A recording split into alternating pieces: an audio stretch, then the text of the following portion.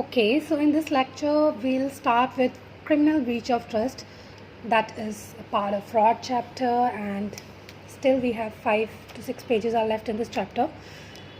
Okay, this chapter is much scoring, more than 20 marks you can expect easily from this chapter. Okay, so now criminal breach of trust.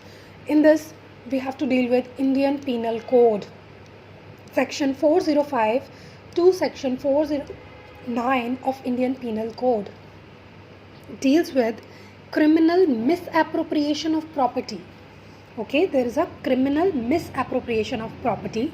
Now, criminal breach of trust as per section 405, there is whoever being in a manner entrusted with the property or having control over the property, means that is the person who has such control over such property and he is entrusted with such powers. Okay, now dishonestly misappropriate or converts to his own use that property, or dishonestly use or dispose of that property. He basically dishonestly use that property and dispose of such property.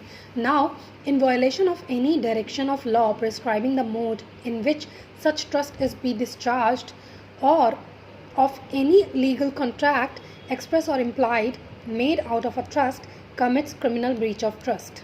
Okay, violation of any direction of law, basically they were talking about that there is a violation of any direction of law prescribing the mode in which such trust is to be discharged, or any legal contract express or implied. There is basically a legal language, we can skip that a little bit, but here we have learned that there is a person who have such control over the property, who have entrusted with the ownership right, he has entrusted with the rights. Okay, and he dishonestly misappropriate or convert off to his own use of that property, then it comes to the criminal breach of trust. We'll also have an example here, that is a revenue officer is entrusted with public money. A revenue officer has a public money and is either directly by law or bound by a contract, okay, express or implied with the government to pay such in treasury of that public money which he holds, is necessarily be appropriate the money as he committed criminal breach of trust. Here it comes under the criminal breach of trust because he have the control over the property, he is entrusted with such a right to collect the money from the public. Okay, now it is very important, that is criminal breach of trust essential ingredients. What are the essential ingredients? We can say that these ingredients are, if there, then it is a criminal breach of trust. Here, essential ingredients of the offence of the criminal breach of trust are as under: the accused must be entrusted with the property or dominion over it. He must be entrusted with the property, okay, or dominion over it. Dominion means have a control over it. The person so entrusted must use that property. He must use such property. The accused must dishonestly use or dispose of the property or willfully suffer any person to do so in violation. The accused must dishonestly, basically we have read that there is a 3 ingredients we need required. Must be control, dominion, entrusted with such property. He misappropriately use such property.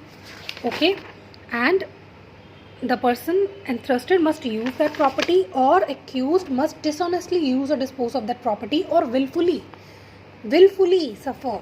Willfully is an important word here, that willfully suffer any person to do so in violation of any direction of law prescribing the mode in which such trust is to be discharged, or any legal contract made touching the discharge of such trust. Now here is a judgment of Supreme Court of India in V.R. Dalala versus Yogendranath Naranji Thakkar 2008 has held that first ingredient of criminal breach of trust is entrustment. There must be an entrustment. It is the first essential ingredient for criminal breach of trust, and where it is missing the same, it would not constitute a criminal breach of trust. Criminal breach of trust may be held to be a civil wrong, but when mens rea is involved, that means a guilty mind, that is a willful intention is involved, it gives rise to the criminal liability also.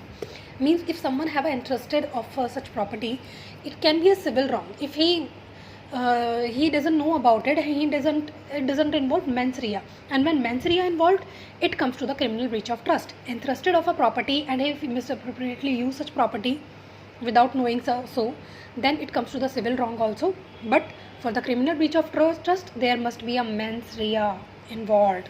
Okay, in which case it has held V.R. Dalala. V.R. Dalala. Okay, this is only name you need to remember. Now, the Supreme Court in Onkar Nath Mishra versus State